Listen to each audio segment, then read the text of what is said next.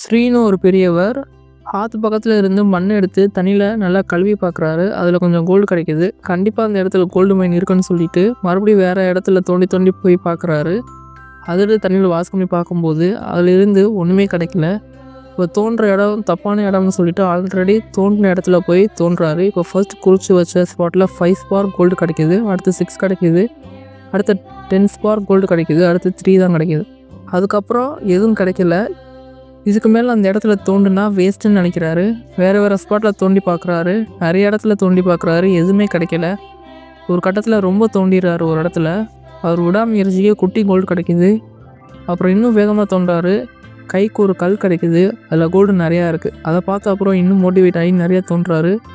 அவர் நினச்ச மாதிரி கோல்டு அங்கே அதிகமாக இருக்குது. திடீர்னு பின்னாடி இருந்து யாரோ பேசுகிறாங்க.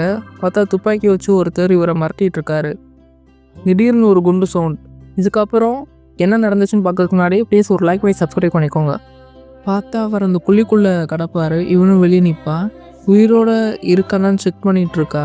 அதே இடத்துல உட்காந்து ரொம்ப நேரம் வெயிட் பண்ணிட்டு பார்ப்பான். அவர் உடம்புல சுத்தமாக அசைவே இல்லைன்னு உள்ளே குதிச்சிருவான். பார்த்தா உயிரோட தான் இருப்பார். இவனை ஏமாற்ற அவ்வளோ நேரம் செத்த மாதிரி நடிச்சுக்கிட்டு இருப்பார். அவனை கீழே தள்ளி விட்டு கன்னை பிடுங்கி அவனை சுட்டுறாரு. அவனை செத்துடுறான். அதுக்கப்புறம் நிறைய மூட்டை கோல்டு எடுத்து அவனை குழியில் தள்ளி விட்டு மண்ணை போட்டு முடிகிறாரு. அதுக்கப்புறம் அங்கேருந்து ஜாலியாக கிளம்பிடுறாரு.